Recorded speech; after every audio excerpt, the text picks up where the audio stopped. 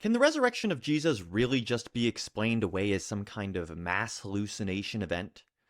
Was the grief of the disciples so great that it possibly caused them to share a gospel that is really just some kind of giant cope? And is there really anything that makes Christianity different in its ability to back its claims? Well, today, we're going to see if we can shut down these concerns once and for all.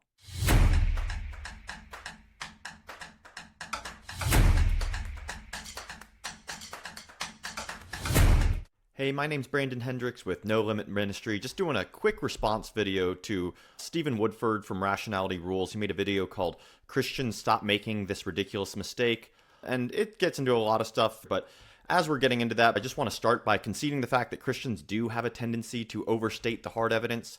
But I also feel like atheists likewise have a tendency to dismiss historical, rational, and archaeological evidence that is legitimate, which is what I believe, and I will make the case for, is exactly what Stephen is doing here, unintentionally or not. I always try to give the benefit of the doubt, but let's just delve into this and you can make the decision for yourself. So as we delve into this, I just want to set up the framing for this discussion and what's going on here. Stephen from Rationality Rules is responding to a video by John McCrae, who was examining the statement of former Christian Rhett McLaughlin that he made in a recent interview and addressed some of his thoughts on this. And Stephen is responding to John's response to that response. I know it gets a little confusing here, and I'm now responding to Stephen's response, but that's pretty much what's going on here. And I wanted to start with the first point, which occurs around 5 minutes in the video, a little earlier than that, where Stephen makes the claim that Rhett is making an important epistemological point about historical knowledge and the burden of proof.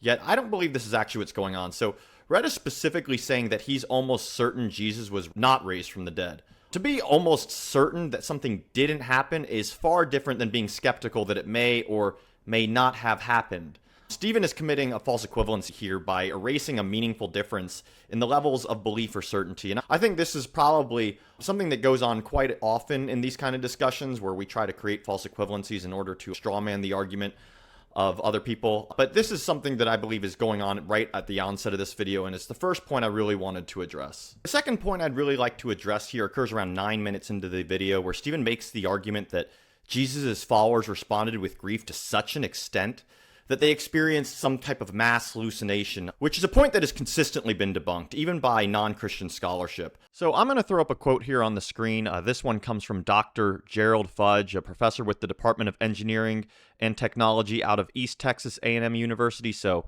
not a Christian apologist in any sense of the word, which in a statistical analysis of the hallucination hypothesis, he states that the results show that the probability of a modestly sized group comprising 11 disciples of a messianic figure, experiencing time-coincident hallucinations that could lead to a belief in resurrection is virtually zero.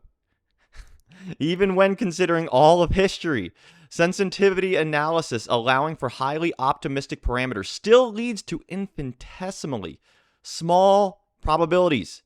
Based on these results, we conclude that the hallucination hypothesis should be rejected.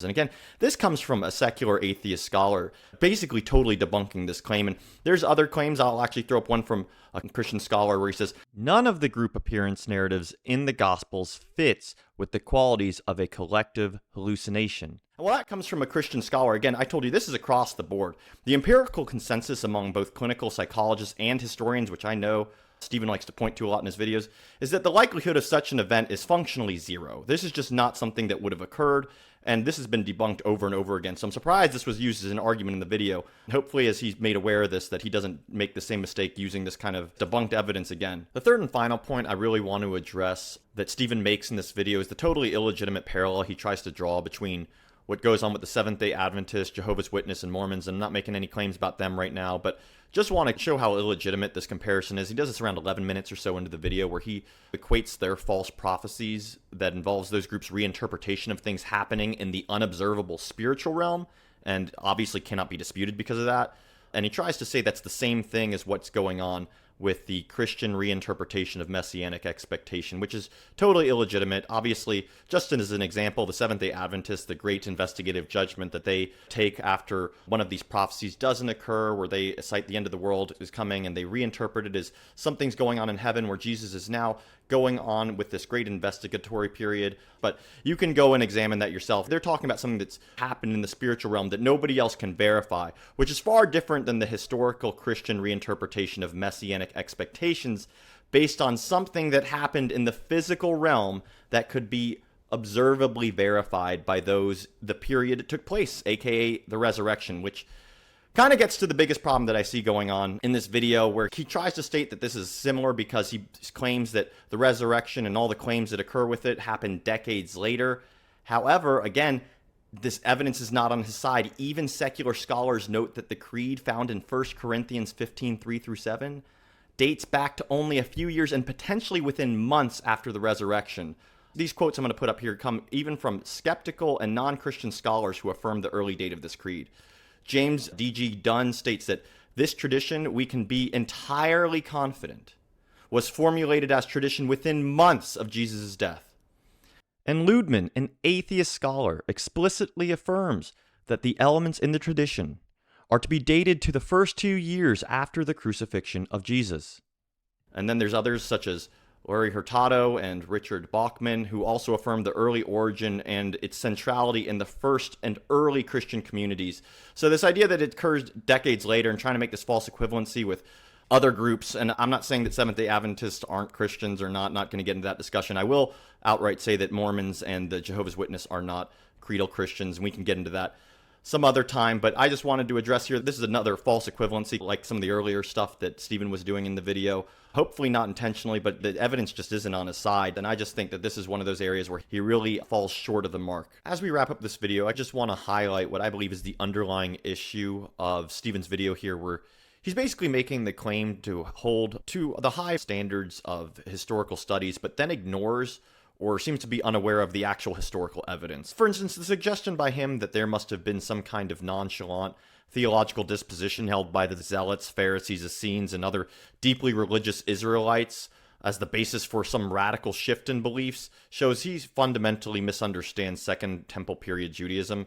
And again, the scholarship's just not on his side with this. I'll throw up another quote here. To ensure that the text remain uncorrupted, laws were enacted that the Torah scrolls used in synagogues must match the supposedly original synactic version letter for letter. You see, this careful standard of transmission is fairly unprecedented in antiquity, which is actually highlighted by the near exactness between varying manuscripts at the time. Another quote here as it relates to the non-fictional account of how seriously these Jews took the adherence to the laws and their beliefs. This one comes from Capital Punishment in Jewish Law. It states that before the destruction of the Second Temple in Jerusalem in the 1st century AD, the death penalty was imposed by Jewish courts in line with biblical authority. So what's going on here is he's stating that these people who could have easily been given capital punishment for blasphemy, which we know as a historical fact happened, not fictional.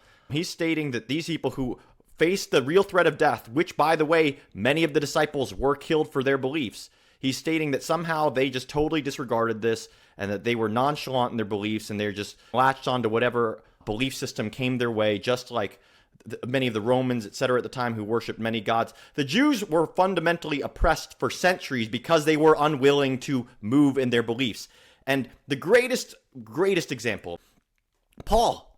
The man was a Pharisee, a former persecutor, killer of Christians, an eventual convert, is the ultimate example of how dramatic a shift this would have had to have been. This isn't something nonchalant that just occurred. This was something that would have been extremely radical, and for him to do this and believe that when he does this, that this is the right choice after spending all his time and efforts persecuting this group of people, this is not something nonchalant. And I think, again, no offense to Stephen, all love and respect to him. I hope the brother continues to search for truth. I'm a truth seeker myself. As I do these videos, I want to do so with love and charity, but I just think he fundamentally misunderstands the historical evidence he seems to want to promulgate.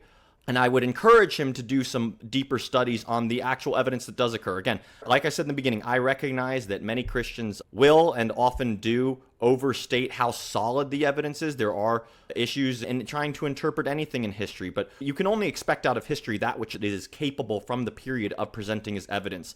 And as far as historical evidence for an event goes, The life and resurrection of Jesus is about as solid as a claim that you can have from a historical standpoint of any event in history, even though I do agree that it does require a huge burden of proof to convince people, but that's why it's called faith. And he can deny his belief in it all he wants, but at the end of the day, that doesn't mean that the evidence isn't there. It just means it isn't sufficient for him to put his yes on the table. But I encourage him, if he does his studies, he'll find, just like many others. I actually started out as an agnostic in college, and I'll get into my testimony one day as well. But the evidence is there. You just have to have the eyes to see and the ears to hear. So all love and respect, everybody out there. Hope this video helped provide some clarity on what's going on here, and I encourage Stephen to do some further research and really examine the evidence that is out there and not make claims and use logical fallacies that are just not relevant to the discussion. So thank you for your time.